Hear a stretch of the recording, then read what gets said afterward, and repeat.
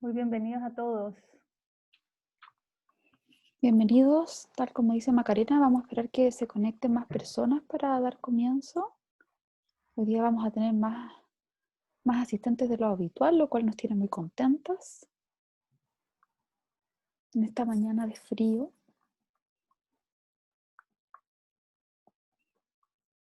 Amo el invierno.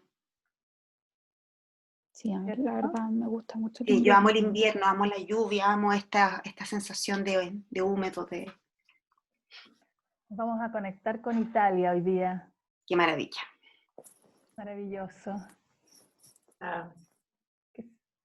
Muy buenos días a todos. Ahí hay Hola María caritas José. conocidas, María José. Hola, buenos días. Les invitamos a prender las cámaras, los que quieran prender las cámaras para Hola, Anton. el buenos días. Mira, está la Ángeles, qué emoción. Hola, Ángeles. Hola, estoy viéndolo con niños, así que Sí, tranqui, no te No, preocupes. maravilloso. ¿Cómo están tus niños? ¿Bien? bien, Qué corriendo. bueno. Nuestros internos están ingresando, maravilloso también. Sí, mientras empiezan a conectar todos, los invitamos a los que no tengan un café en mano, a que se vayan a hacer un café, un té o alguna cosa para que estemos bien calentitos y felices ahora para escuchar nuestro coloquio. Así que si quieren ir a buscar algo, es el momento. Voy a aprovechar de ir a buscar un vasito de agua yo, por mientras. Tranquila. Inmediatamente. Mira, El hijo de la Ángeles. el hijo de la Ángeles. Sí. Qué increíble la cara de los niños, súper despiertos en la mañana. Todo ¿Se acuerdan menos de mi esta hija que época? está durmiendo. Pero cuando los niños despiertan es como que despiertan. Hola Carmen, ¿cómo estás? La Carmen es nuestra fiel asistente. Sí. Hola, doctora. Hola, Muy Carmen. bien, ¿y usted? Muy bien, Hola. Acá llegó mi gata también, muy bien. los que no la conocen.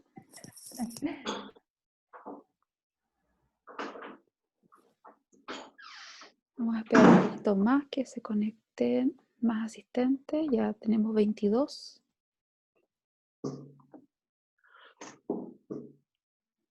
Súper. Siguen llegando. Vamos a admitir a Cristian Fuensalida. Es la Ale. Súper.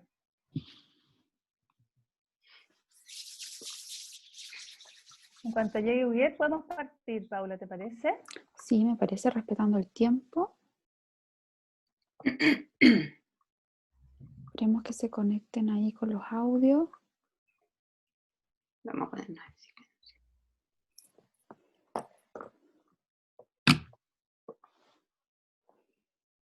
Ya, hola Ale, ¿viste que era la Ale? Sí. Si quiero variar, no puedo Hola, cambiar querida. el nombre. Te lo Quiero- cambio Ya. para que no nos perturbemos. A ver, renombrar. Ale. Hola, Ale. Hola Maca, que salga todo muy bien. Sí, va a ser una Aquí mañana estamos. muy, muy interesante, conectados con Roma y con Pero Italia. feliz, me encanta. Ya, vamos a comenzar entonces. Primero contarles a todos que esta sesión está siendo grabada y después la vamos a subir a UDD TV. Por si alguno quiere compartirla después con algún familiar, por favor hágalo, porque la idea de nosotros es llevar el arte más allá de solamente esta sala.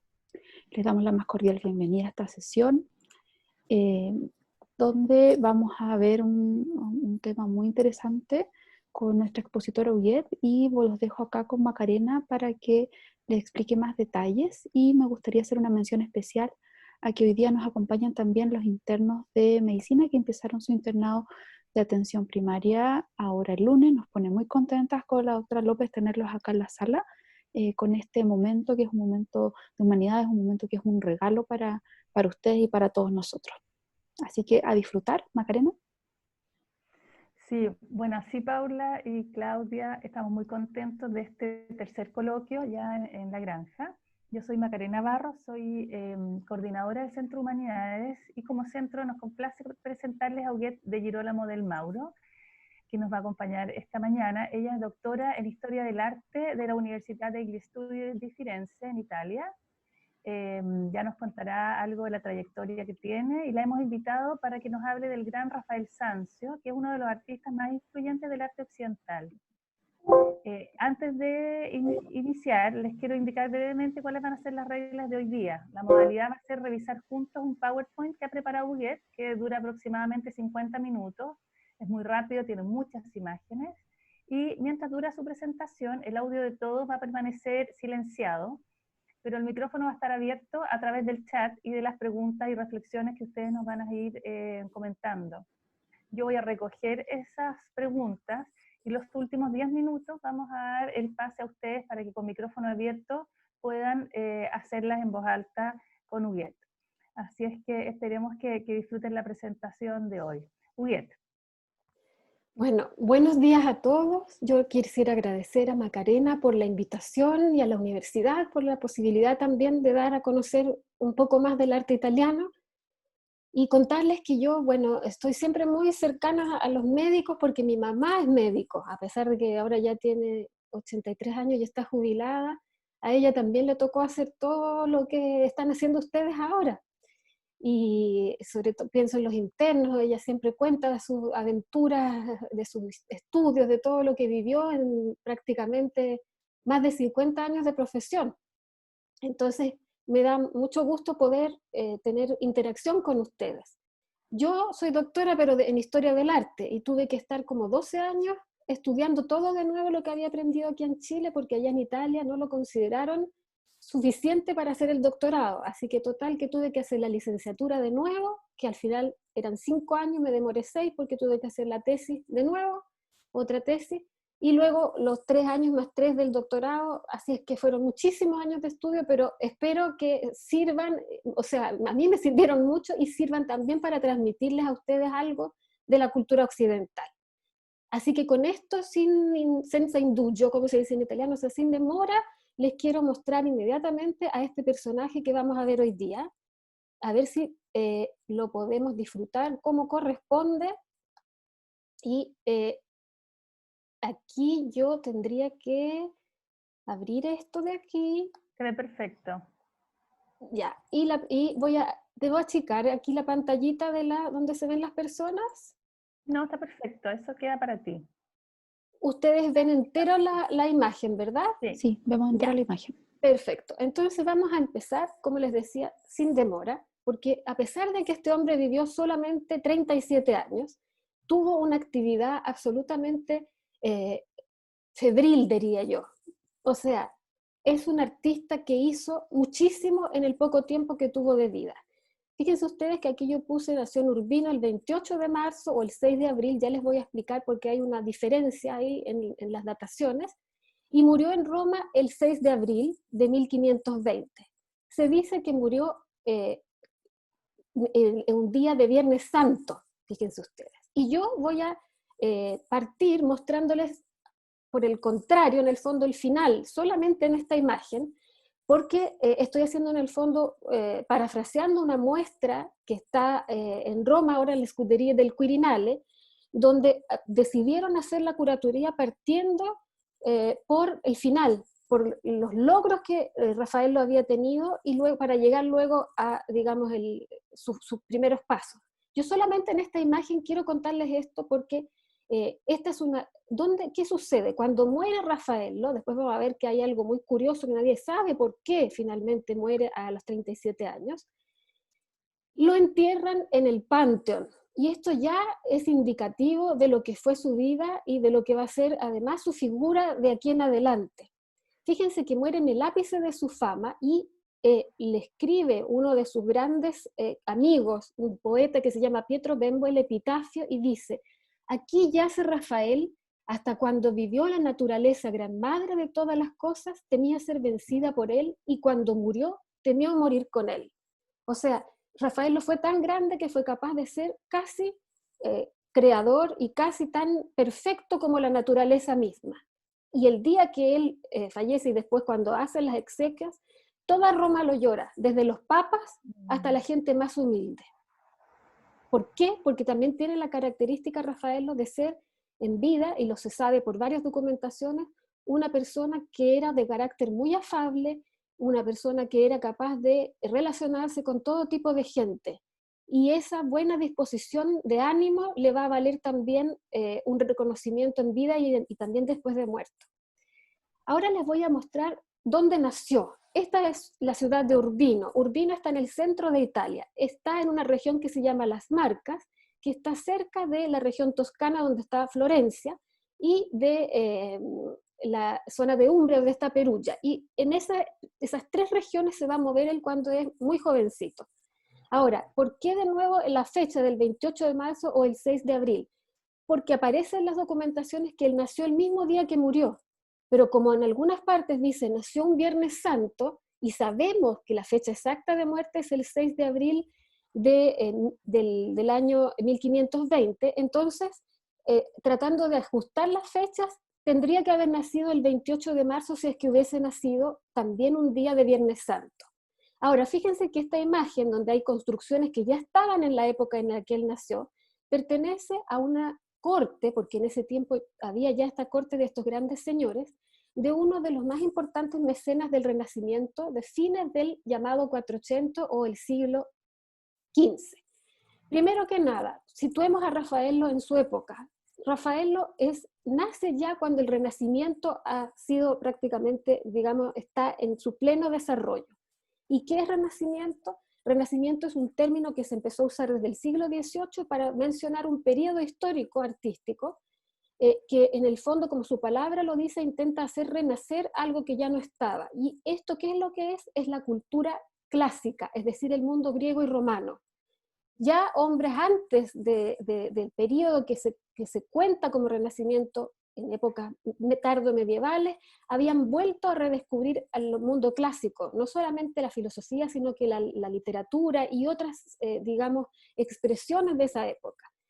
¿Qué sucede? Que cuando Rafael nace, y fíjense una cosa curiosa, nace, digamos, ya en un momento en que el Renacimiento está bastante maduro, y los historiadores del arte, sobre todo de área italiana, ponen el fin del Renacimiento justo en la fecha que muere Raffaello, como para darle una cronología. O sea, el Renacimiento como que empezaría a principios del siglo XV y moriría justo con la muerte misma de Raffaello.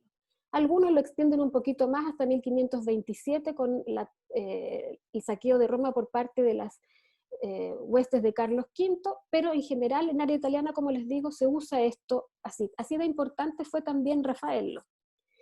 ¿Y qué les muestro acá? Yo les muestro a uno de los mecenas más importantes de la época en que el padre de Raffaello, que era pintor también y se llamaba Giovanni Santi, vivía en esta corte de Urbino, que era una corte pequeña, pero era una de las cortes más refinadas y más cultas de esta época.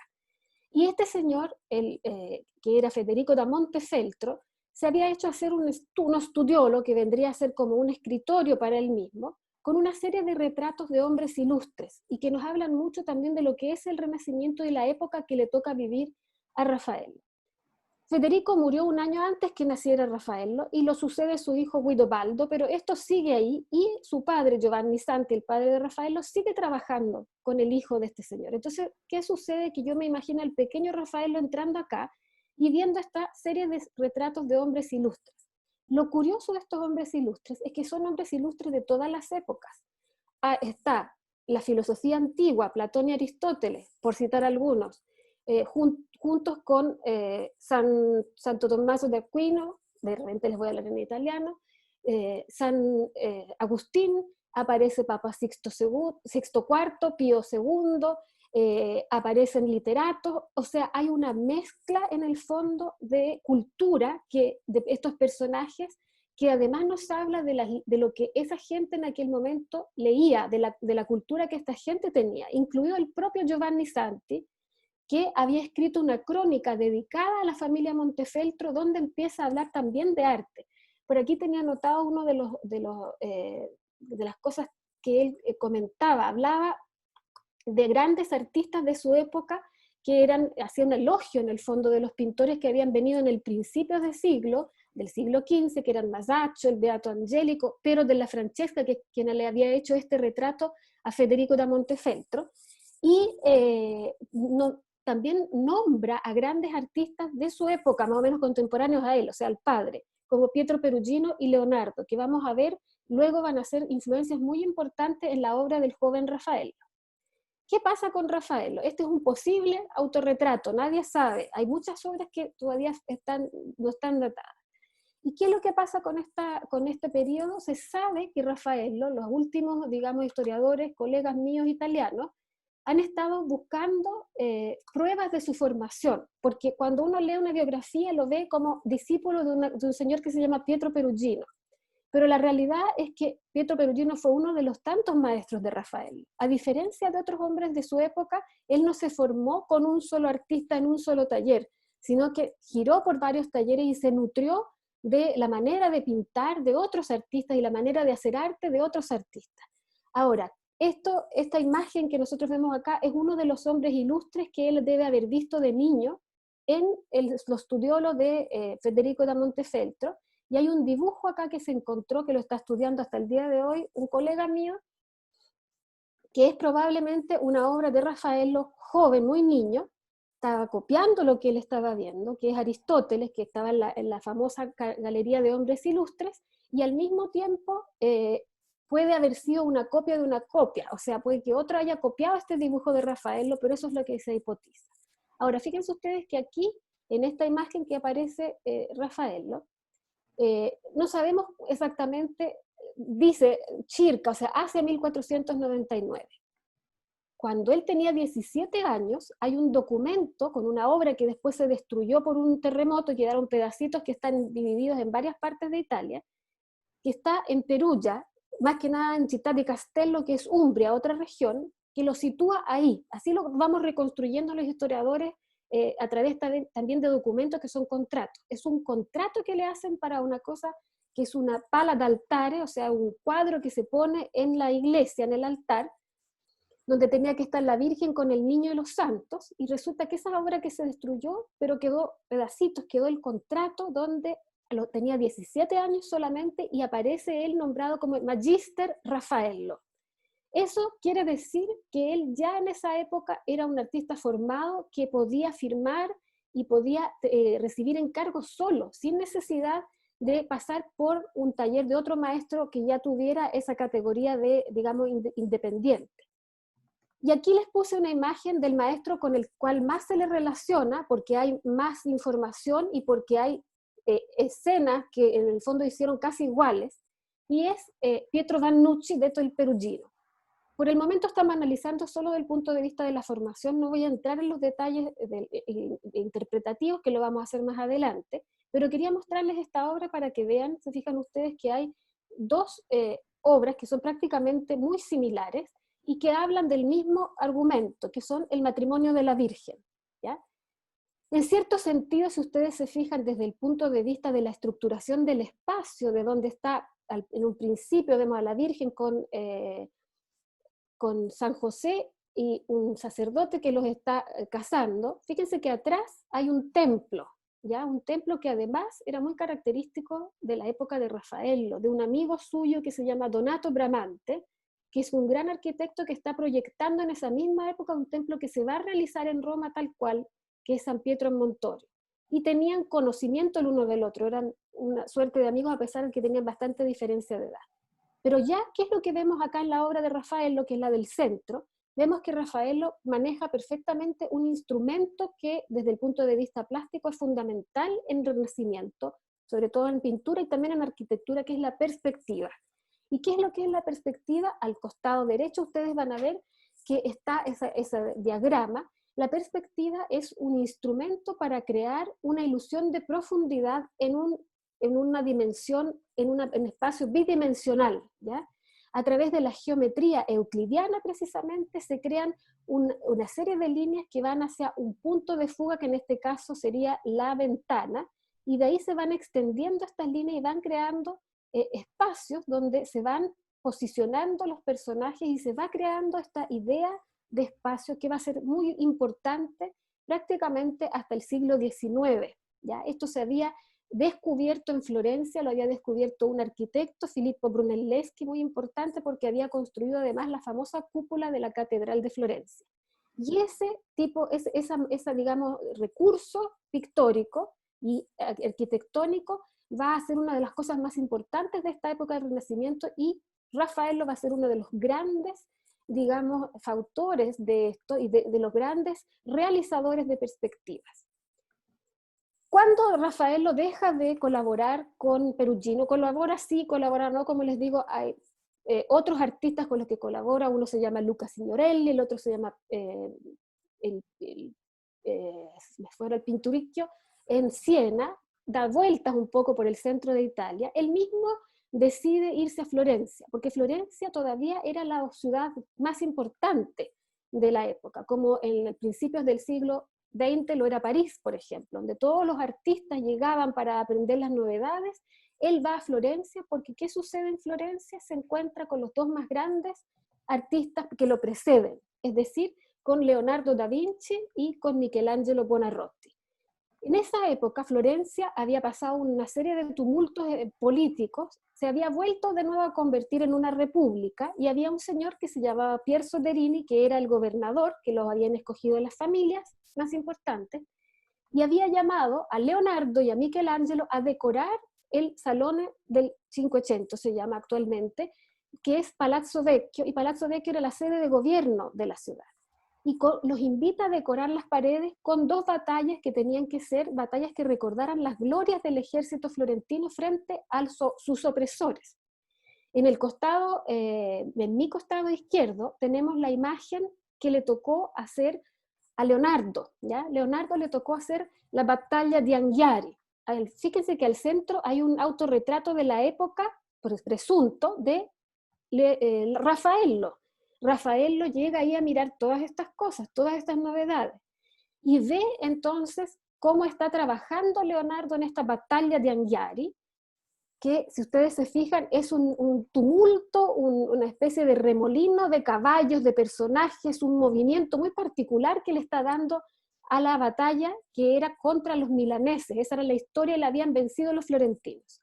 Al otro costado, al costado derecho mío, está la copia de la batalla di Cascina, que es una batalla que hacía que Michelangelo le tocó pintar y que era de los florentinos contra los pisanos. ¿Y qué hizo Michelangelo, que siempre se consideró a sí mismo escultor más que otra cosa?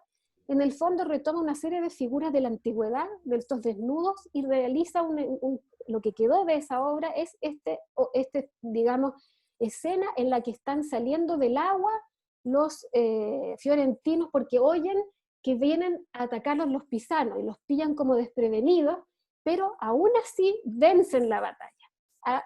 ¿Qué pasó ahora? ¿Por qué les pongo acá cartones? ¿Y por qué aparece Peter Paul Rubens y Aristóteles da San Gallo abajo?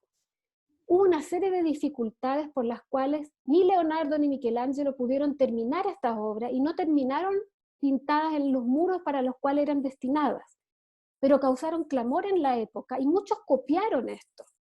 Incluso, ¿qué pasó? Que la batalla de Anghiari, en 1603 todavía había un cartón, o sea, había un dibujo de esto y lo copió Peter Paul Rubens. Y ese es el que nos llegó hasta el día de hoy, o sea, el que nosotros todavía se mantiene. La otra es una copia de un discípulo de Michelangelo que se llamaba Aristóteles da San Gallo, que deja esta documentación. Pero ahí vemos al centro este posible autorretrato de Raffaello. Él tiene que haber visto los originales y tiene que haberlos visto a ambos trabajando dentro del Palazzo Vecchio, y además, fíjense ustedes en esta imagen, tiene que haber tenido contacto con Leonardo directamente.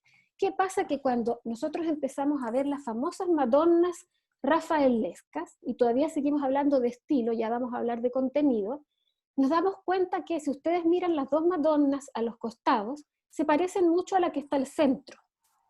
Leonardo estaba preparando una pintura en esa época que al final no se convirtió en pintura sino hasta 1510 y 13, porque como Leonardo tenía tantas cosas que hacer, muchas veces dejaba abandonados los proyectos, los retomaba después, se le ocurría inventar alguna cosa, se le ocurría otra máquina voladora, se iba a tirar por allá arriba, por las colinas de Fiesole hacia abajo, pasaban un montón de cosas y dejaba muchas veces inconclusas las cuestiones. ¿Y qué sucedió? Que esta obra quedó en estas condiciones. está ahora en Inglaterra, y es un dibujo donde aparece la madre de la Virgen Santa Ana con la Virgen, el niño y San Juan. Pero como en esa época estaba en Florencia y su taller era visitable, por lo menos por artistas como Raffaello, lo más probable es que Raffaello haya tomado de el maestro Leonardo esta manera de pintar. Fíjense los rostros y las posiciones. Ahora, no solamente toma esto, sino que toma también una característica pictórica que se llama los sfumato o el difuminado.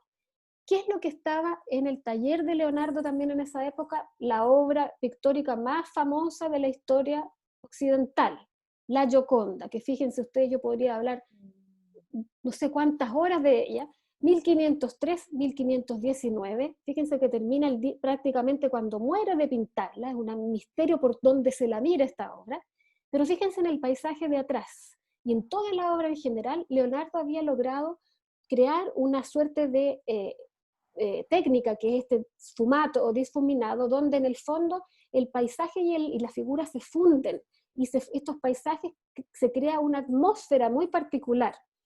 ¿Y qué es lo que sucede? Que esto también aparece, si se fijan ustedes, en las vírgenes acá con los niños, y además, fíjense que en las caras y en los, digamos, las actitudes.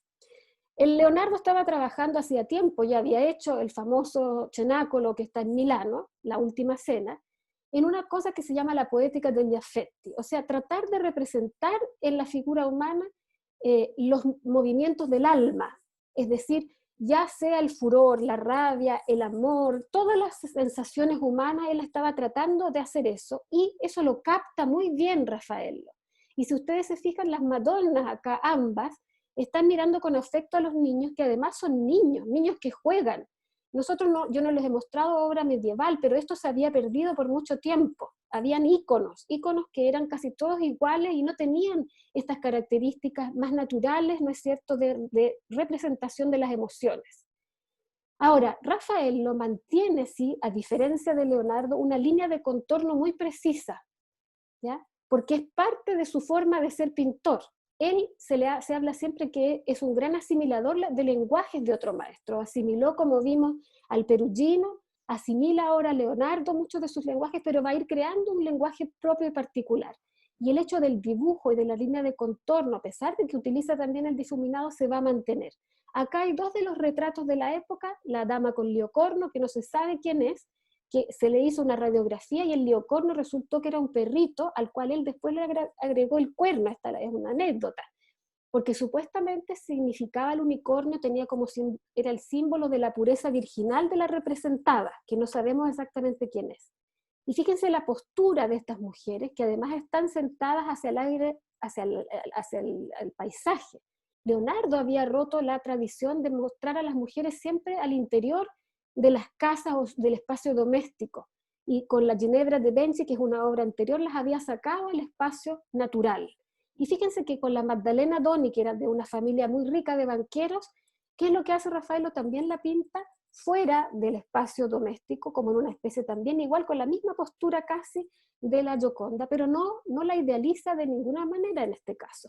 Aquí la pinta como debe haber sido. Algunos rasgos son leonardescos, pero es una señora robusta, ¿no es cierto?, que está pintada además con todos sus oropeles, y era muy característico de la época para notar, ¿no es cierto?, el tipo de personaje, porque fíjense que no había fotografía, entonces era el retrato a veces de una vida entera el que le hacía una vez, o tal vez un poco más. Los reyes eran los que se permitían mucho más retratos.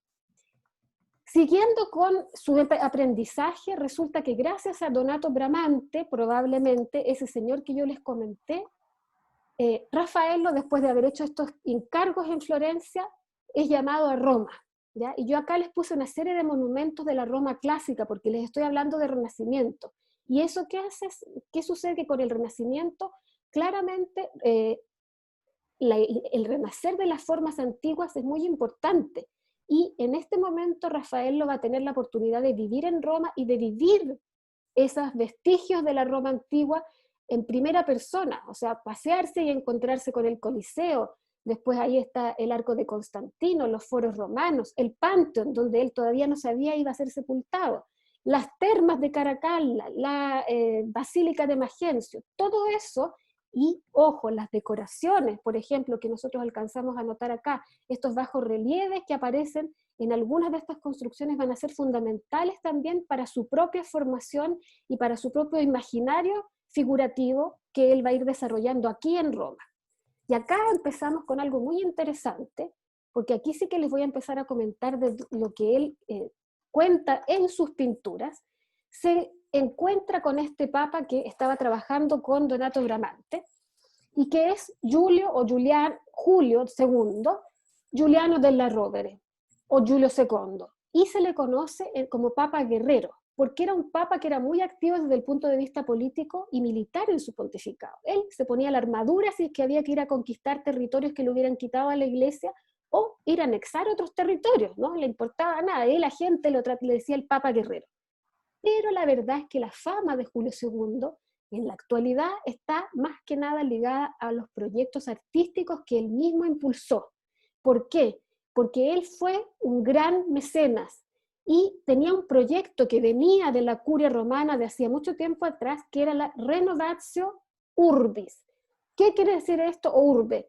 La renovación de Roma, es decir, la renovación tanto a nivel monumental como político de la ciudad de Roma. En el fondo era como restablecer la grandeza del pasado de la Roma imperial, pero esta vez bajo y reencarnado la Roma cristiana y la autoridad papal. ¿Se fijan ustedes? Hay un proyecto muy claro ahí.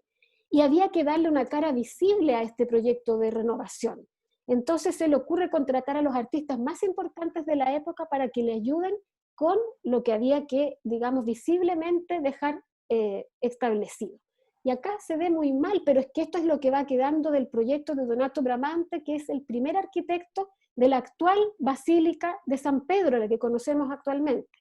Y él había elaborado un proyecto de una nueva basílica, botando la antigua basílica de tiempos de Constantino, donde estaba sepultado el primer papa San Pedro, y de hecho hay varias, se ríen entre ellos, entre Julio II y Donato, porque Donato Bramante había hecho totalmente botar al suelo la otra iglesia para hacerla ex novo.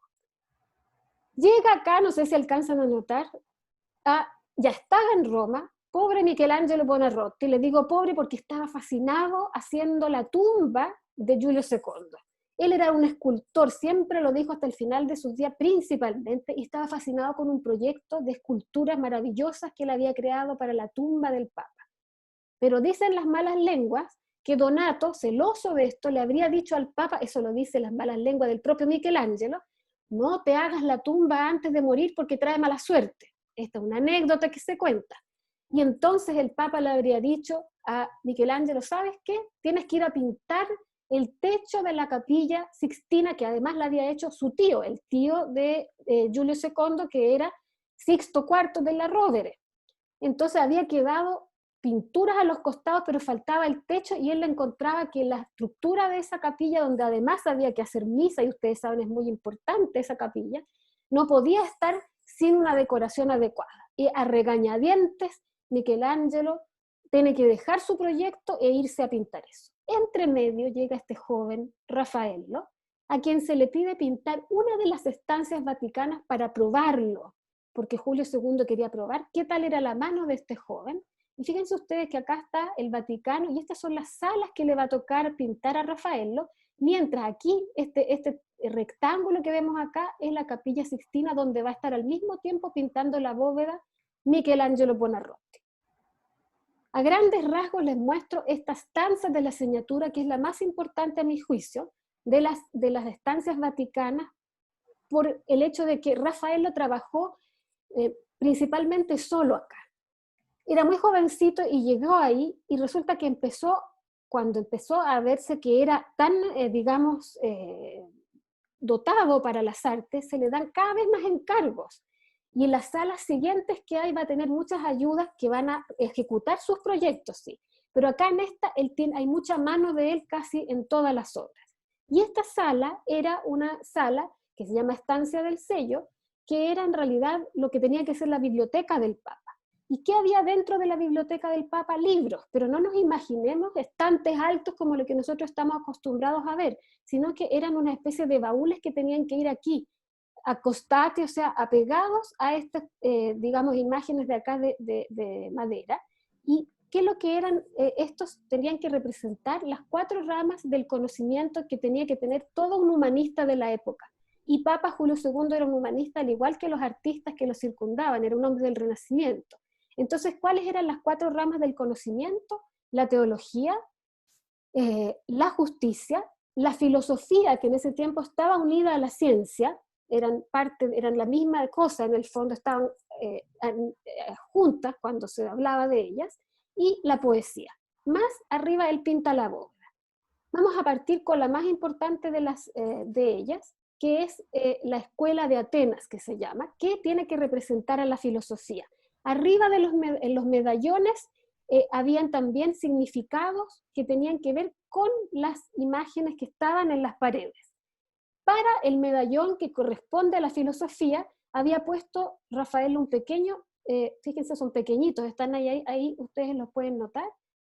Estaba la figura alegórica de la filosofía, una mujer que está con 2 cupidos a los lados, con 2 carteles que dicen causarum cognitio, el conocimiento de la causa de las cosas en el fondo. Y ahí hay una cosa que decía Julio II, que él estaba convencido que el hombre tenía que conocer, o sea, el conocimiento era fundamental. Y esto se ve reflejado en esta obra que no se llamaba originalmente la Escuela de Atenas, sino que era una alegoría de la filosofía. No tenía que, esta idea de la Escuela de Atenas, del nombre, se lo pone en el siglo XVIII por lo que representa. Porque fíjense ustedes que hay una serie de personajes que están comentando cosas entre ellos, están hablando los unos a los otros. ¿Y quiénes son estos personajes? Son los grandes filósofos y los grandes científicos de la antigüedad. Y en el centro mismo de la composición, ahí mismo, donde fíjense también la capacidad de Rafael de crear este espacio tridimensional que yo les hablaba en perspectiva, el pilar de esta obra, desde el punto de vista sea plástico que, digamos, desde el contenido, son los pilares del pensamiento occidental hasta la época por lo menos, y yo diría también hasta ahora, Platón y Aristóteles. Los dos juntos se convierten en los pilares de la composición de la obra y de todos los personajes que los rodean.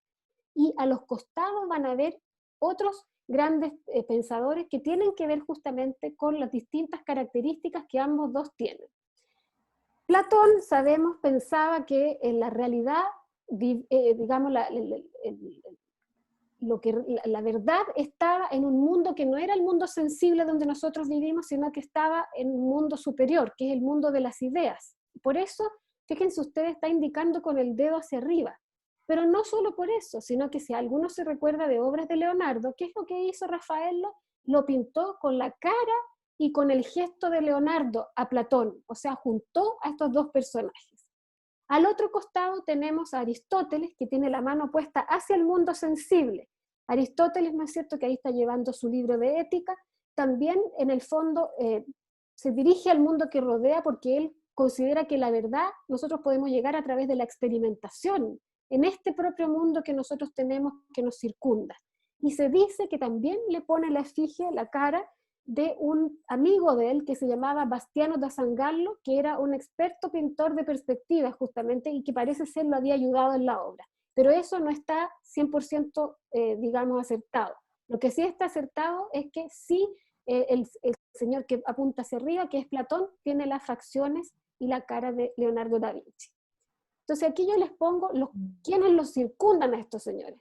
Sócrates, fíjense ustedes por acá, Parménides, Pitágoras. Pitágoras también era uno de esos personajes que pensaba que había un mundo trascendente que iba más allá de lo que nosotros vemos, había creado las leyes de la música, de la armonía, etc. Epicuro, por otro lado, que tenía otras formas de pensar, Averroes, que había traducido a los filósofos, Heráclito acá, que fíjense ustedes, muy curioso, Heráclito en los primeros dibujos, porque para hacer esto, Rafael lo tuvo que hacer dibujos preparatorios, era una práctica habitual, ¿ya? No estaba, lo agregó al final a este señor, ya vamos a ver quién es y por qué. Y entonces, desde este lado de Platón estaban los filósofos más cercanos a la idea de lo ideal, del mundo trascendente, de buscar ahí la verdad, y a este costado están más cercanos los hombres y los científicos que buscan la verdad a través del mundo concreto que nos rodea. De hecho, uno de ellos, Euclides, está tratando de hacer una geometría aquí. Y fíjense a quién toma como punto de referencia a Donato Bramante, que era así tal cual, muy parecido, pelado, ¿no es cierto? Y está, fíjense ustedes, la curiosidad, haciendo justamente una tipo de plano para la basílica que tenía que ver con la geometría de Euclides. Entonces tomó estas dos cosas y creó esta imagen.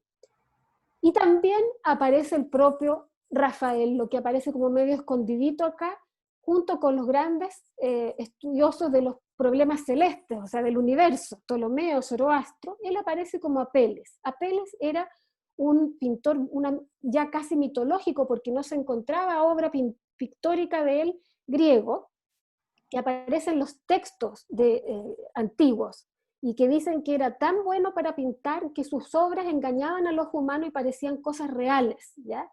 Entonces, se pinta él a sí mismo ahí como escondidito también, en un plano bastante escondido, apareciendo dentro de este gran espacio, ¿no es cierto?, donde aparecen todos estos personajes del mundo del conocimiento. Son 58 personajes a todo esto, ¿ya? Quería comentarles que, ¿quién era ese personaje que aparecía ahí? Ya lo habrán imaginado. Esta es una pintura más antigua, de años posteriores, de Michelangelo Buonarroti, Heráclito. Michelangelo Buonarroti era bastante delgado, por lo que se dice, y no muy alto. Pero ¿qué hace Rafaello? A pesar de que Michelangelo era muy celoso y no quería por ningún motivo que Rafaello fuera a mirar lo que estaba haciendo él ahí, porque le podía copiar. Estaba siempre viendo enemigos por todas partes, y es verdad, tenía muchos rivales, pero Rafaello no era un tipo con esas características. Entonces no lo quería ni ver ni en pintura, y no lo dejaba entrar a mirar la Capilla Sixtina, la volta, o sea, esto que él estaba haciendo acá en la bóveda. Y aún así Rafaello le hace un homenaje, porque sabe que es el gran artista también de la época, y lo pinta acá, pero fíjense que lo pinta como monumental, casi como una de las figuras monumentales que él estaba realizando acá arriba, en estas imágenes de la bóveda de la Sixtina. Y una anécdota también más simpática, lo reconocen mucha gente de la época por unas botas marrones que dicen que Michelangelo no se sacaba ni para dormir. Total que, bueno, y ahí vean ustedes que él está apoyado como con esta actitud como un poco displicente, porque dicen que era muy huraño. Como les decía, yo siempre estaba viendo, tenía un carácter tremendo, totalmente distinto al de Rafaello, que además creaba alrededor suyo muchas amistades. Michelangelo, siendo considerado un genio, aún así todos sabían que habían que tener cuidado con él. De hecho, hay una película en la que se habla de cómo pelea tanto con Julio II, que se llama Entre el tormento y el éxtasis, algo así, que es de los años 50, que se las recomiendo si la pueden ver. Pero hay otra cosa muy importante, y es que en esta escuela de Atenas, que yo siempre me detengo tanto, es que aparecen los tres artistas. Y estos tres artistas, ¿por qué aparecen ahí? Porque es el momento en que, en el fondo, sienten que las artes, estas artes visuales, están a la par de las famosas artes liberales, que eran las artes del pensamiento, es decir, la filosofía, la retórica, etc. Por mucho tiempo las artes manuales, la pintura y la escultura, y también la arquitectura, habían sido consideradas artes mecánicas, artes de las manos solamente. Pero acá estos artistas ya están reclamando, y lo han logrado casi, el estatuto de artistas liberales, o sea, de artistas intelectuales, porque son capaces de idear y crear. Finalmente, para cerrar esta imagen, les cuento que acá estamos, ¿dónde estamos? ¿Dónde pone a todos estos personajes Rafaello? Fíjense ustedes lo que puse acá, una imagen actual. ¿De qué cosa es? El Vaticano.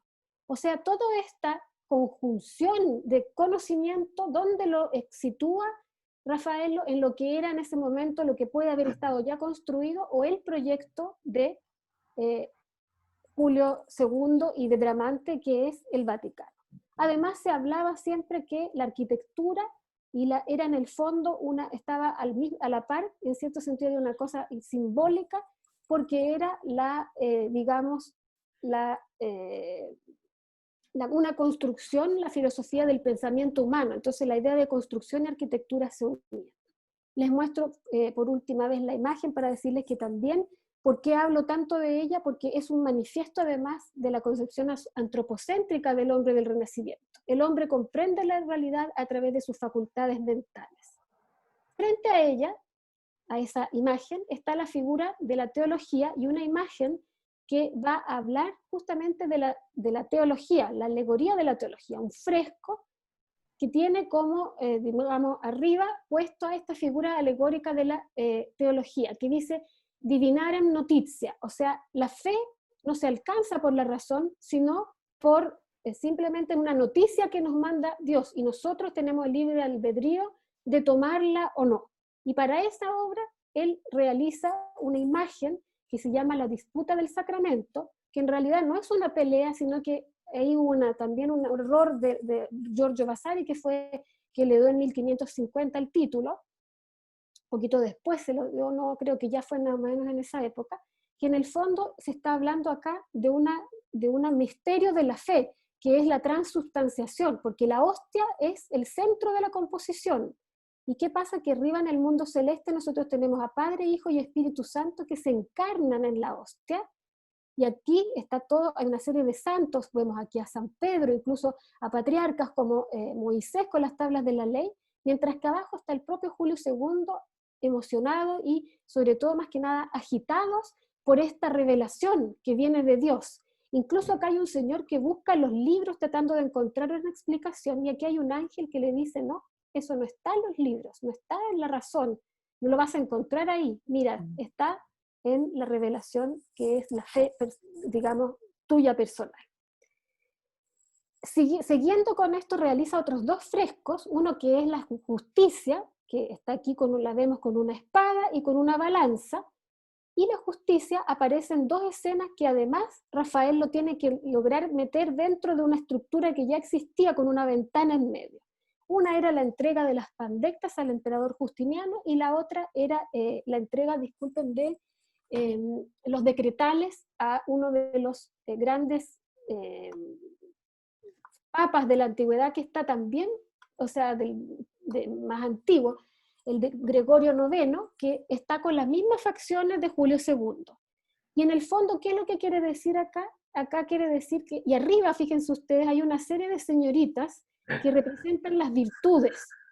El mensaje general es que, y son virtudes además, que son la templanza, la justicia que estaba más arriba, la fortaleza, y que son las virtudes que tiene que un hombre que va a, digamos, a hacer la ley, sea por un lado la ley civil, que es de los hombres, por eso el emperador, el recuerdo del emperador, o la ley eclesiástica de la misma iglesia, debe tener todas estas virtudes para poder aplicarlas. No deja de tener importancia el numine afflatur de la poesía. ¿Qué es lo que quiere decir esto? Que en el fondo es como si Dios, hay un soplido, por así decirlo, lo trato de traducir, divino, que tiene que ver con las artes. Y entonces Rafael nos pinta el Parnaso acá, con la poesía, y al centro el dios Apolo. Fíjense ustedes cómo se juntan, y esto es muy importante, el mundo antiguo y el mundo cristiano. Hay una intención de unir ambos mundos como si fueran una sola cosa, una consecución que había sido muy difícil de hacer, pero se había intentado ya de tiempos medievales, ahora desde el punto de vista plástico. Entonces la poesía que aquí aparece representada por Apolo está acompañada de las musas. Aquí no sé si se alcanza a notar, de un señor ciego, que es nada más ni nada menos que Homero, Dante Alighieri, por acá abajo está Petrarca, los grandes poetas de la antigüedad, Virgilio está por aquí también, en fin. Este fresco tiene, como les decía yo, que representar que Dios en el fondo nos provee además de la belleza, y la belleza está en este caso en la poesía, que es como un respiro frente a la vida cotidiana, a la vida que tenemos que vivir todos los días. Quería preguntarles cuánto tiempo me queda, porque yo a veces no veo Hola, Huguet. Hola. Muy interesante todo lo que has contado. Piensa que te puede quedar 5 minutos para poder Perfecto. tener una conversación al final con todos. Me parece. Entonces yo les voy a ir mostrando solamente y rápidamente, porque esto es para mí lo esencial de Raffaello, estas 4 estancias. Él pintó otras estancias, pero fue ayudado por sus discípulos, porque había creado un grupo grande de discípulos. Entonces, ¿qué pasó? Lo ayudaron a pintar, por ejemplo, la estancia de Leodoro, que era en el fondo una sala de espera para poder juntarse con el Papa. Y en estas escenas, donde por ejemplo la expulsión de Leodoro, o que ahí les muestro más cerca, se nota mucho la mano y los recuerdos de Leonardo en estos caballos encabritados, y además en las figuras corpulentas, lo que él había tomado de Michelangelo Buonarroti. Se cuenta en el fondo la protección de Dios. Primero, aquí este señor se había robado, Heliodoro, el tesoro de Jerusalén, pero viene a ser protegido por los ángeles. Entonces la protección de Dios a través en sus propiedades, por la protección de Dios de la iglesia, por, digamos, sus propiedades que posee. Acá está la protección de Dios por la fe también, porque este es un milagro que cuenta acá Raffaello, donde supuestamente hay un fraile bohemio que no cree en la transubstanciación de la hostia, hasta que le ocurre en 1263 que va a Bolsena, una ciudad italiana, a hacer misa, y de la hostia emana sangre. Y ese milagro va a dar origen al Corpus Christi, a la fiesta del Corpus Christi. Es un milagro que dicen realmente aconteció, y lo pinta aquí Raffaello, también como diciendo, Dios también protege a su iglesia en temas de la fe. Y por otro lado, protege al pontífice, porque acá nos cuenta en la liberación de San Pedro, una de las escenas más importantes desde el punto de vista pictórico de este ciclo, porque hace una escena nocturna. Piero della Francesca había hecho una escena nocturna anteriormente, pero una escena nocturna como esta, donde vemos a San Pedro, que es liberado por el ángel, está contado en 3 facetas, luego sale de la prisión mientras los ángeles han quedado dormidos, y luego ellos se despiertan y se dan cuenta que ha desaparecido, tiene que ver con la protección de Dios a la persona del pontífice.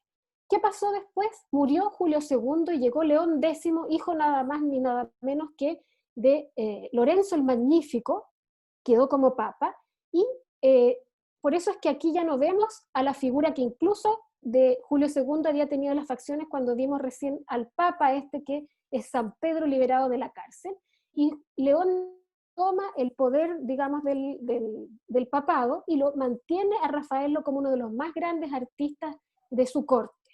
De hecho, mientras está ahí, también Raffaello va a poder hacer otras obras, les voy a mostrar así solamente de vista. Cuando hagan las preguntas, quiero volver a esta obra que es muy interesante, El triunfo de Galatea, pero quiero mostrarles que es una obra que él hace para una persona externa al papado. Hace la Madonna Sistina también en esa época, y ¿qué es lo que pasa? Ya Raffaello tiene su propio estilo, y además un estilo en el que es muy importante la ideación, o sea, él se imagina esta imagen de la Virgen que en el fondo va caminando por las nubes, y sale casi desde una especie de teatro hacia el espectador. Eso no se había visto antes, es algo que es una innovación de Raffaello, ¿ya? Con los retratos pasa lo mismo. El retrato de Raffaello empieza a ser muy natural, casi como si estuviéramos viendo a su gran amigo el literato Baldassare Castiglione hablándonos a nosotros mismos. Baldassare va a escribir junto con Raffaello una carta muy importante después que va a servir para la tutela y el patrimonio del romano y también italiano, y que se va a descubrir mucho después como una carta autógrafa sea de Baldassare que de Raffaello. Fíjense que acá pinta al Papa León X con los 2 cardenales, o sea, la época que le toca vivir. León X, a quien le va a tocar la reforma luterana, y por otro lado, que es todavía más joven, es un primo hermano de León X, va a ser Papa Clemente VII. Toda esa época la retrata Raffaello, que además llega a tener tantas, pero tantas de esas increíbles, le mandan a hacer tanta cosa, que empieza él a realizarlas solo como director artístico. Y acá hay un pequeño estuco que lo demuestra. Le mandan a hacer las logias vaticanas y él proyecta todo. Como un gran arquitecto hace los proyectos y se los deja a sus colaboradores, de que aquí puse los nombres, muchos de ellos muy importantes como Giovanni da Udine y Giulio Romano. ¿Y qué es lo que hace? Él idea, si ustedes se fijan aquí la tengo tapada con las caras, pero aquí hay una imagen de un señor que está sentado en una mesa como proyectando, y aquí están sus discípulos ejecutando lo que él había proyectado.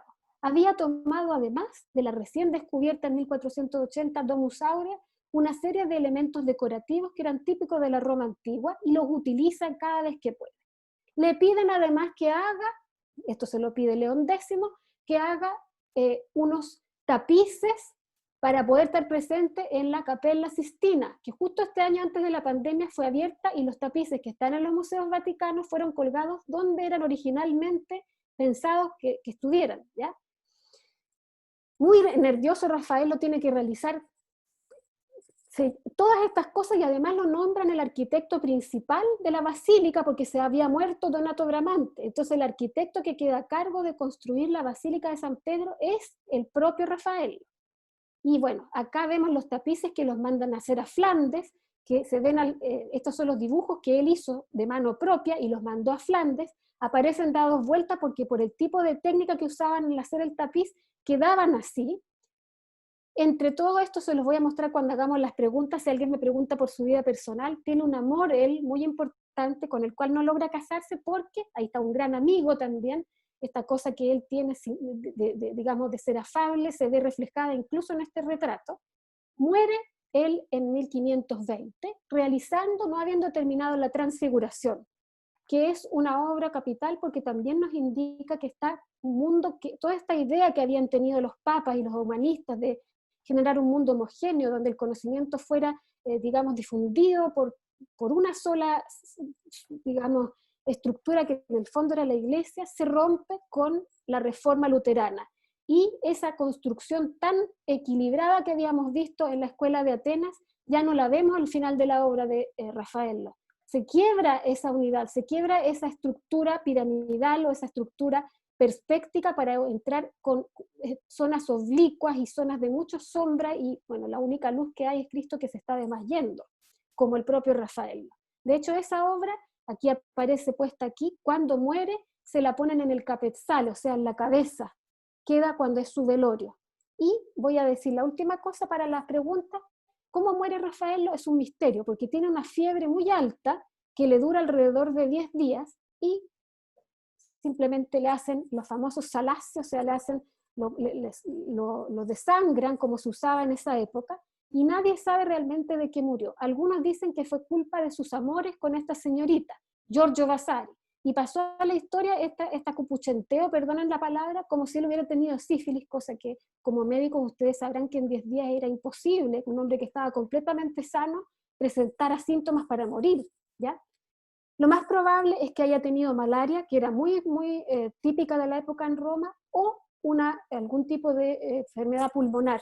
Y además con esto de los salazzi, como se llama en italiano, que no olvido en español, lo desangraron al pobre hombre y termina muriendo, pero dicen, fíjense que el propio Papa dice, y entre todos los otros, Rafael lo ha muerto, pero su obra vive, se refería a la Transfiguración. Y yo diría que él sigue sobreviviendo a 500 años de su muerte. Acá un día en la mañana frío, en medio de una pandemia, seguimos hablando de él. Así que eso... Muchas gracias, Uguet. Disculpen si a veces me extiendo, pero quedo abierta a las preguntas.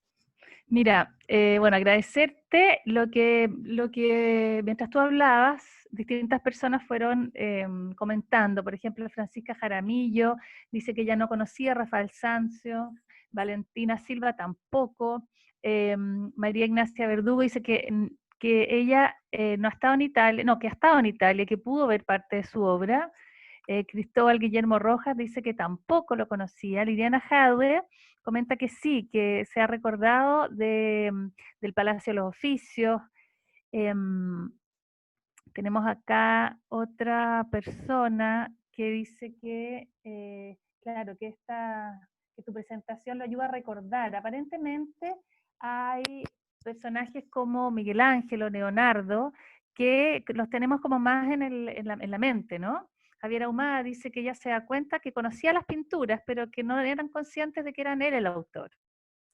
Lo que pasa es que justamente en el caso de Rafael es un artista que principalmente, cuando uno piensa en la triada de grandes artistas del Renacimiento, sí lo nombra, porque piensa en Leonardo, Michelangelo y Rafael. Pero conoce poco de él porque es un artista que cala más profundamente en el mundo de las artes.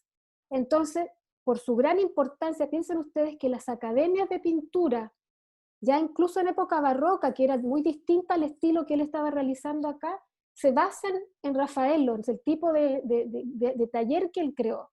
Entonces nos encontramos con un mundo, por ejemplo, como el neoclásico. Hay estructuras acá, hasta la Casa de la Moneda está hecha en estilo neoclásico. O sea, muchos digamos, de estas aspiraciones de equilibrio, de armonía, etcétera, que vienen de Raffaello y de su época, fueron ejecutadas después por los siglos.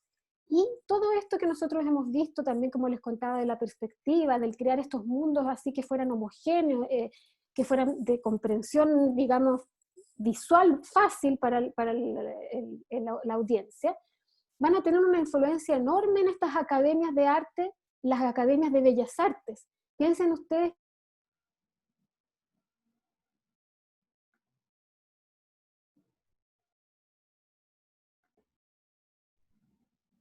La Academia de Bellas Artes acá en Chile se han descubierto dibujos que de los primeros, digamos, estudiantes que tuvo la Academia acá en Chile, donde copian a Raffaello, porque era el modelo. Entonces, desde el punto de vista artístico es muy importante. Y yo los invito a quienes no lo conozcan a mirarlo, porque de verdad que uno descubre una serie descubre la belleza ideal que él trata de realizar en sus obras. ¿Quién queremos invitar, a ver si dejamos de compartir el PPT, para ver a los participantes que levanten su mano para que puedan empezar a hacer las preguntas, a Uguier directamente? ¿Dejé de compartir? Sí, perfecto. Ya. Sabemos que hay, bueno, hay tantas caritas conocidas. Pame, estoy viendo que estás acá también. Muy bienvenida, la Jime. Fascinante todo lo que vimos, mucha información. No sé si volvemos a preguntar qué se les viene a la mente Incluso con toda la anécdotas, información si que quieren. vieron. Quizás que podamos compartir eso, las impresiones, entre medio de todo lo que estamos viviendo, que aparezca el Renacimiento y estas imágenes tan potentes, ¿no? Me llama la atención cómo en el Renacimiento, aparentemente la calidad de vida, el habitar, la arquitectura, las obras de arte, eran parte del día a día, ¿no? Sobre todo, claro, en las clases acomodadas, en la nueva burguesía y digamos, las clases dominantes, por así decirlo. Pero la idea era también que esto en algún momento llegara a expandirse, o sea, no era una cosa, por el momento era eso, pero efectivamente... Jimena Pérez y Paula están con preguntas, a ver si vamos a estar acá. Jimé, Paula. Hola, gracias. Muchas gracias, Maca, y muchísimas gracias, Uguier, porque ha sido fascinante. De verdad que nos has transportado al Renacimiento, a Italia. Te felicito. Yo quiero preguntar algo, que es, ¿qué explica esta eclosión de arte, de belleza que se vivió en esta época y que después yo creo que no se ha repetido en otro momento de la historia? ¿Qué permitió esto? Y por otro lado, ¿por qué esto no ha vuelto a ocurrir? Bueno, hay algunos autores que proponen que este renacimiento no es el único. Dicen que incluso tiempos anteriores, cuando estaba Carlomagno, también hubo un renacimiento, ¿ya? Y de hecho hay un libro de un autor, ahora se me olvidó el nombre, que se llama El Renacimiento de Renacimientos. Pero efectivamente, tal como tú dices, no habla hacia el futuro después de este que estamos viendo nosotros, sino que hacia atrás, como pequeños espacios donde, ¿qué sucede? El hombre redescubre la cultura antigua, que es la que funda el mundo occidental en el fondo, ¿ya? Ahora, para que esto se diera, esta eclosión, como dices tú, que se da en Florencia, hay una serie de factores determinantes que son, primero que nada, hacia finales de la Edad Media, los humanistas que empiezan a descubrir los textos antiguos y que empiezan a estudiarlos y a darse cuenta que hay cosas que tienen que ver sí con la filosofía que había sido, dicho sea de paso, la Edad Media también es un periodo que hay que estudiar más porque en el fondo los hombres del Renacimiento la consideraban una edad que mediaba entre el mundo antiguo y entre ellos, y la consideraban una edad oscura. Claro, efectivamente yo, en mi personal opinión de historiadora, pienso que la época de los bárbaros, de las invasiones bárbaras, tiene que haberlo sido, porque era un momento lleno de invasiones, guerras, cosas, no se podía, o sea, de otra manera no se puede entender o sea, esa oscuridad puede haber venido por ahí.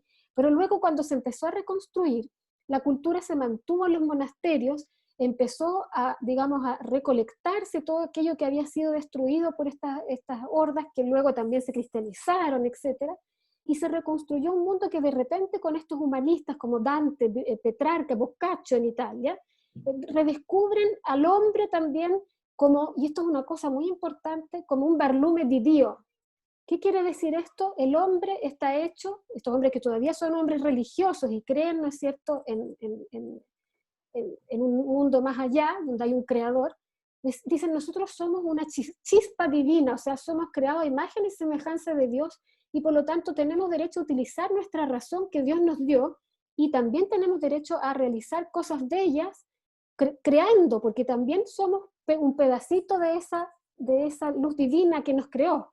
No es algo que se contradiga con el mundo religioso, como en unas épocas anteriores había pasado. Los artistas no firmaban sus obras, era como incluso una época de iconoclastía, por así decirlo, donde no había que dibujar porque era como adorar a los ídolos. Bueno, pasaron muchas de esas cosas. Pero gracias a este redescubrimiento, que además tuvo que ver con varios factores históricos y sociales, Florencia, que es donde finalmente desde el punto de vista plástico esto explota, primero que nada, para después pasar a Roma, se había vuelto una ciudad muy próspera, ¿ya?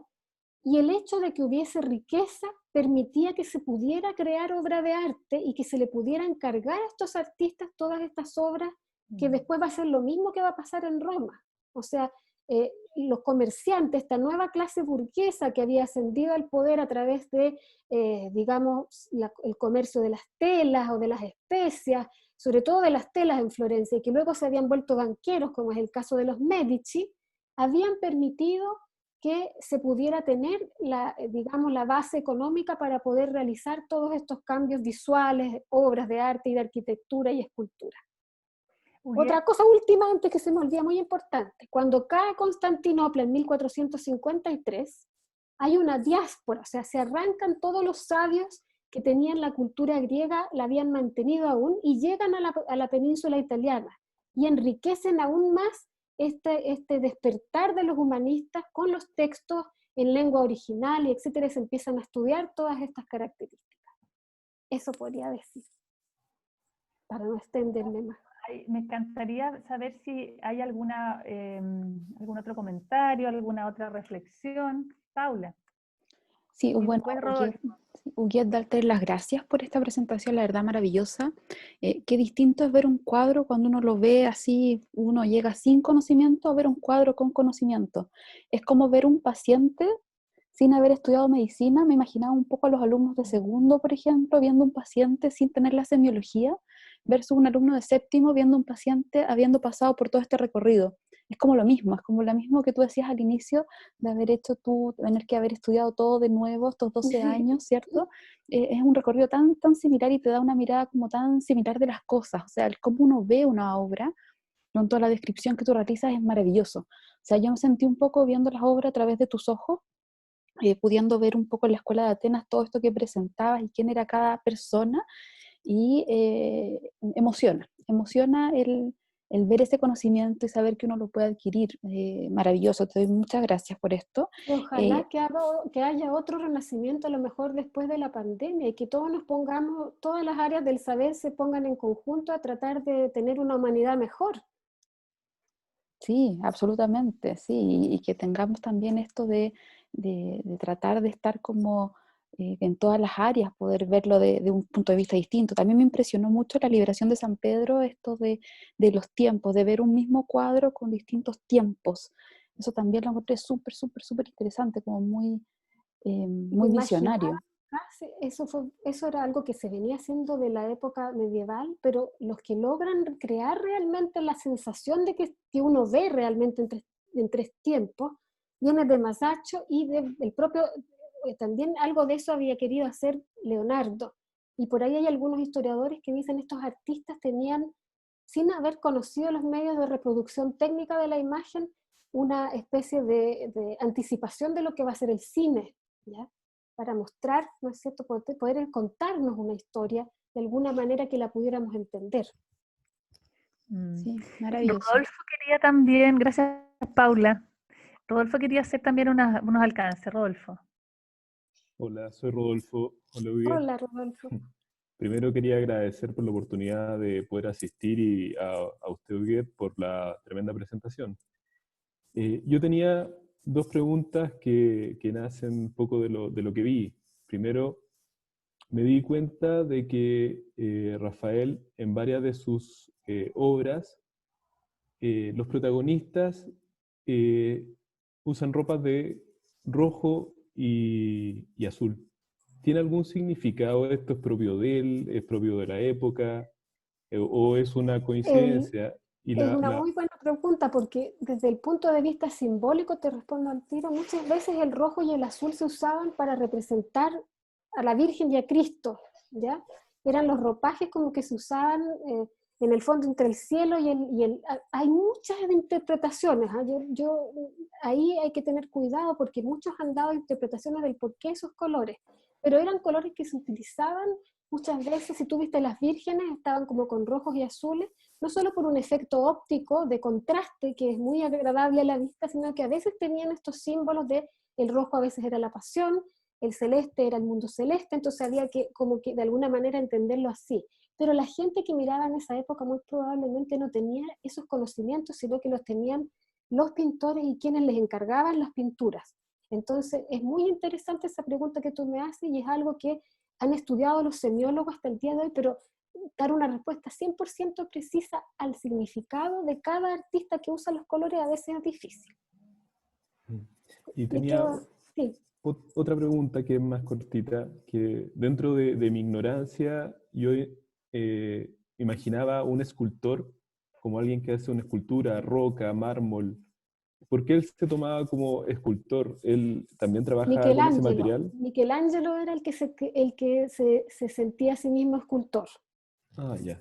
¿Ya? Y Michelangelo decía, incluso él decía, la pintura más bella es aquella que se parece a una escultura. Rafael no hizo, debe haber hecho escultura, pero no tenemos registro, porque en esa época los talleres que formaban a los artistas los formaban en muchas áreas del quehacer manual, ¿ya? A pesar de que, como te decía, ellos querían demostrar que este quehacer manual era fruto de la inteligencia, de una ideación, de un proyecto que venía de la mente. Querían salir de esa vieja, digamos, categorización en la que aparecían como solamente artistas de las manos manuales, mecánicos le llamaban, ¿ya? Pero es Michelangelo el que durante toda su vida, que también le toca pintar miles de cosas porque le mandan a hacerlo, lo obligaron a hacer la Capilla Sixtina, si él no quería dejar abandonado su proyecto de la tumba de Julio II.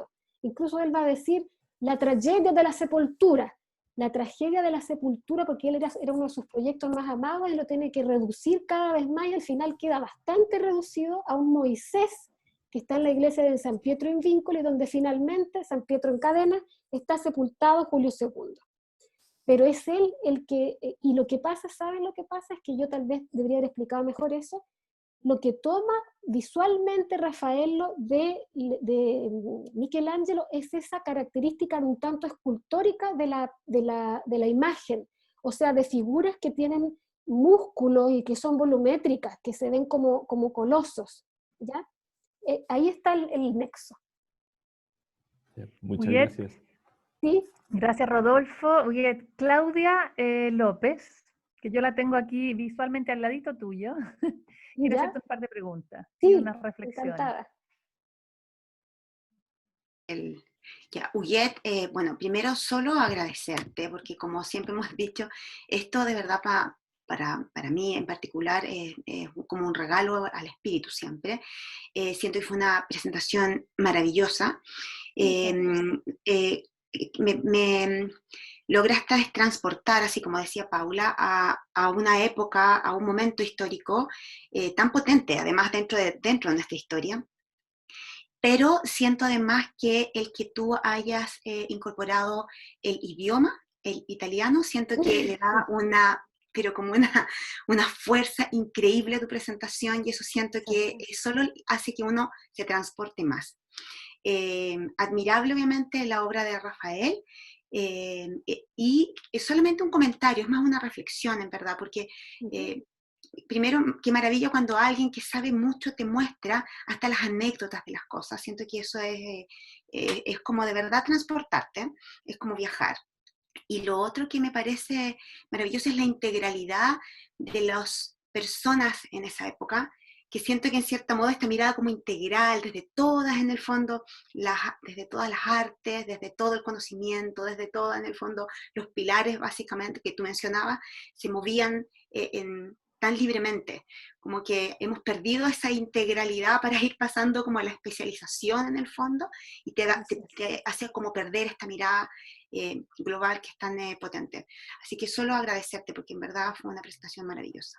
Muchas gracias a ustedes por haberme invitado. Yo estoy encantada, como les decía, además de trabajar con médicos, porque yo adoro a mi mamá y mi mamá es médico, a pesar de que ahora terminó de trabajar no hace mucho, tiene 83 años y bueno, de hecho dedicó tanto su vida a la medicina que fue mamá tarde y pasaron varias cosas, pero para mí es un agrado siempre, porque sé lo difícil y lo tremendamente humano y humanista que es el médico, no solamente curarlo a las personas, sino que la relación, digamos, personal con el paciente, todo eso, y hay un nexo entre mi actividad y la de ustedes, porque les repito, tengo muchos alumnos que son médicos que me siguen, que les gusta esto, que se interesan por la cultura y por la cultura visual. Vamos a compartir con los participantes. Aquí Constanza dice que ama el Renacimiento y a Rafael desde que tiene 10 años. Ay, Constanza, puedes levantar a lo mejor tu mano para verte. No sé si la veo, y que trajo muy lindos recuerdos, dice, de viajes, de vida.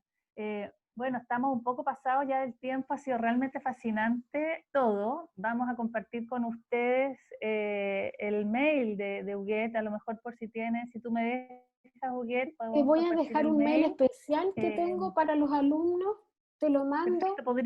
¿Podrías tú escribirlo ahí en el chat mientras, a ver, es que no me lo sé de memoria. Perfecto, no hay problema, después lo Te podemos lo compartir. mando y lo compartimos. Eso. Además, ahora recién me estoy vamos haciendo... a compartir en la nota que vamos a subir. Ya, me estoy recién haciendo una página de Instagram para compartir cosas de charlas, de conocimiento y todo, y les voy a mandar también eso, por si acaso quieren, pero les digo, no tengo a nadie, ustedes me piden, no sé todavía ni cómo funciona, porque en eso quedé un poco atrasada. Entonces... Ni un problema, lo vamos a mirar nosotros. Y así les voy dando información y cosas y les paso un mail que tengo específico para los alumnos. Recordarles a todos los participantes que, bueno, hemos tenido un muy buen quórum, alcanzamos 35 personas, somos los que estuvimos, lo cual es muy, muy, muy bueno para estos coloquios. Recordar que siempre subimos una nota que va a quedar alojada en el Centro de Humanidades, que un poco un resumen con los principales aprendizajes de hoy, y ahí vamos a poner los datos de contacto de Huguet por si alguno de ustedes quisiera contactarla. También esto se va a subir a UDD TV, que va a quedar el coloquio registrado. ¿Ah? Y nos vemos en el próximo coloquio, que va a ser el 19, ¿no? El 19 de agosto, y vamos a hablar, vamos a tener otro interesante expositor, Arturo Phillips, que va a hablar sobre el muralismo en América. No sé si Paula y Claudia quieren decir algo para cerrar. Solo agradecer, obviamente, primero la asistencia de todas las personas que estuvieron hoy. Nos pone muy feliz que los internos hayan podido participar de esta experiencia, que también viene como a refrescar un poco todo este momento que estamos viviendo. Como siempre, nosotros nos reunimos mensualmente y para nosotros fue un agrado que ellos pudieran estar en esta ocasión. Y bueno, la convocatoria, naturalmente, con un tema que además nos dejó totalmente felices y llenos de energía, así que muchas, muchas gracias a Huguet, y una vez más los agradecimientos a este espacio tan enriquecedor para todos. Muchas gracias a ustedes por haberme invitado, por su cordialidad, y a los doctores y a los internos y a todos. Forza ragazzi, ce la faremo, como se dice en italiano, la lograremos. Un abrazo a Ustedes todos, me que estén muy bien. cuando uno se desconecta, ¿eh? Muchas